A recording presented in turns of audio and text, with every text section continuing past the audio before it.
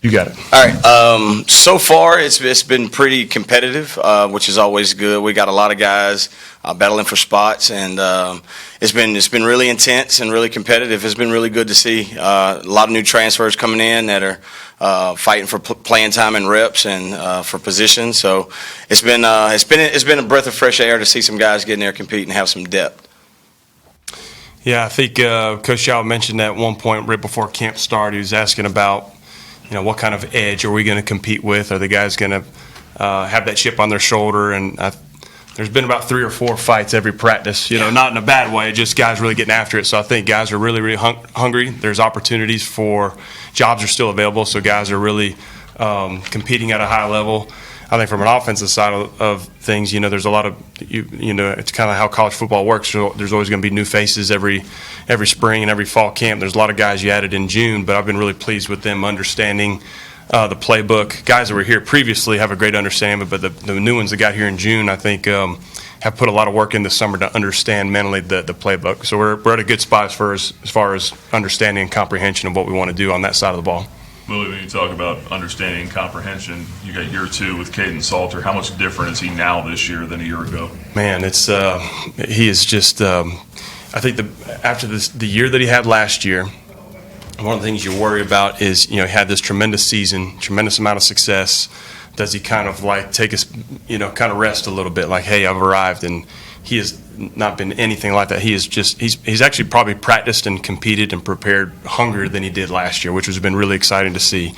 And just some of the things that you're trying to really install and teach. Last year when we're going through training camp, he knows that stuff like the back of his hands. College football is going to be different this year, where we can communicate directly into the headset with him. So that's been a really, really cool weapon to play around with during spring ball and stuff. But his understanding is through the roof, and you see him.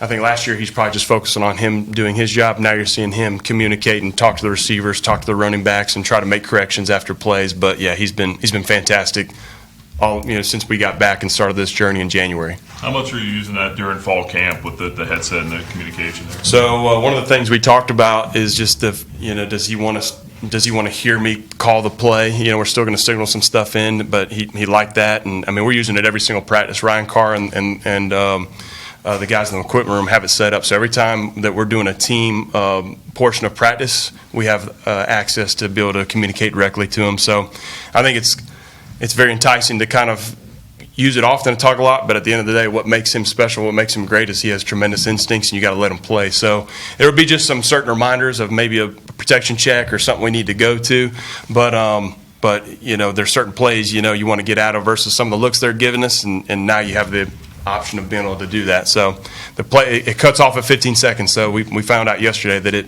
happens a little bit quicker than you realize sometimes. So there's been some times where I'm trying to talk to him and he's kind of looking around, So, but having that is going to be a tremendous weapon with our offense, but with him for sure. Magee, I feel like competitive is a word that we've heard time and time again about this defense. How different is this defense? What makes it different other than the competitiveness, and what's the potential? Well, the main thing that sticks out to us is you got so many returners that were here a year ago, and they were young and inexperienced. And now they're bigger, stronger, faster, and they've been in the weight room with Coach Scott, and they've been OTAs and just learning and studying. So that in itself makes it more competitive. But then when you take that and bring in a bunch of transfers, it really throws some gasoline on the fire that was already lit. So it's been really cool to see, seeing how younger guys are stepping up and older guys are having to work harder because of these young guys that are stepping up. So like guys like TJ Bush and CJ Brazil are both a year older, a year stronger, and now they have an understanding of the defense to where we're not having to coach every single aspect of the game. So it's been really cool to see. In the world of the transfer portal, I know you guys are still trying to navigate it, but for both sides of the ball, how do you, with these transfers coming in, how do you build the trust, before leading up to this season, before you actually see them in game? You've seen them on film, you've seen them in practice, but how do you build the trust of them fitting into these positions? And team, really. Well, the first thing, there's a lot of opportunities.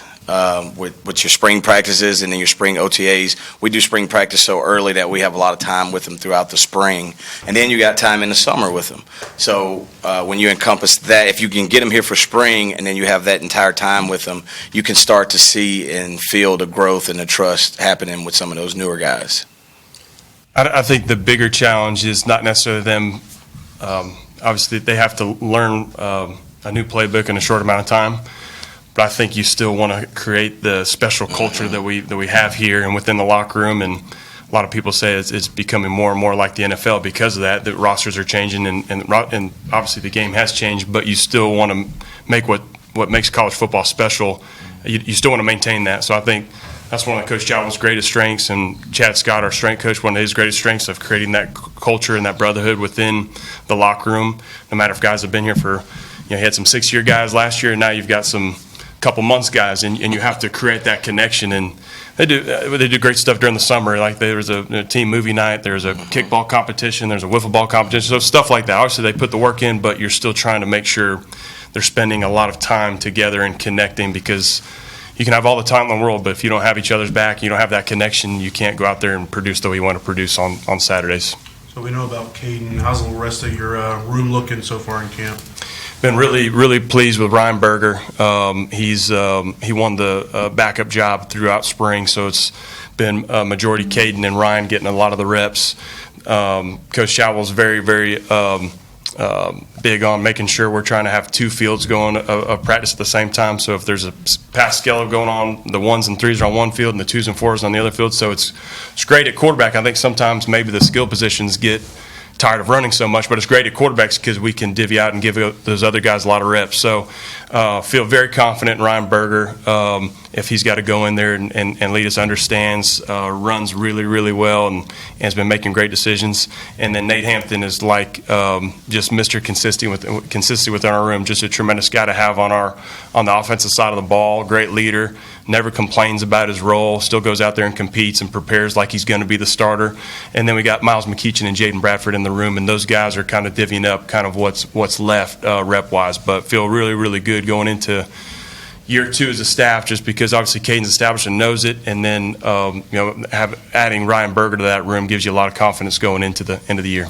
Coach, you mentioned Bush and Bazil, those guys you have back. You also have Hardy and Dixon up front. Mm-hmm. Talk to me about what it's like to have that kind of defensive line. Well, the potential is huge, and the expectations are probably even bigger.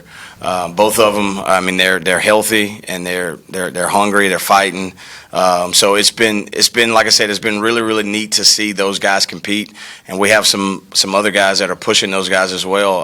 A transfer from Wisconsin, Mike Jarvis, has came in and has done really well, and he's kind of like what Coach Korn was talking about, a really good culture guy. He came in, he fits the culture, and not only that, he's really smart and he can play football. So having guys like that to jump in the mix and push them, and then elite going into his second year. He came in with a shoulder issue, and now he's been just lights out. So you got some guys that have played, and some guys have played well, but now you're adding depth, and now you can kind of continue that success and try to get these guys playing even at a higher level. So it's been really cool to see. Skylor, what do you need out of Jay Hardy this year into that role, and kind of, there's more expected out of him this year, right? Yeah, he's a guy that kind of gets in his own head sometimes. He just needs to go. If he goes, he's an NFL caliber defensive lineman. Sometimes he thinks too much, and he gets tired, and he doesn't go like he should go. But when he goes, he's hard to block. He's hard to deal with on a consistent basis. How much weight did he lose? He's down to probably 310 now. So he'd gotten up to about 325, 330 at the Fiesta Bowl. So trying to keep him at bay, keep him around 310, 315 will be huge for him. Skylor, you mentioned the Fiesta Bowl. What value was there, especially for your defensive front, to realize, okay, this is how strong, how well conditioned we got to be going up against an offensive line like Oregon's that routinely is churning out NFL guys? I think the biggest thing that they learned that game was depth is very, very important, because we couldn't rotate like you would normally want to rotate, and so those guys were in there. Like T.J. Bush, I think, played 65 plays that game, which is a lot of plays to play against an elite team. So having guys that can have your back and that can get in the foxhole with you and play when you're tired, and you can actually get a quality break instead of having to run back out there after 2 plays, I think is huge. That was the biggest lesson that they learned. Does that then transfer over to motivation in the offseason for all the guys to be in the right condition? Absolutely. Now you're starting to see older guys coaching up younger guys to try to bring them along faster and try to get them to where they can contribute. That's probably been the best thing I've seen from our defense is now they've done it, they've lived it. Now what can we do to be better? Well, we need more guys that can play, and that's been the biggest key to this summer. Willy, one more. Is Darius Copeland a guy that just benefited from basically sitting a year under this offense, and now he's kind of taken off?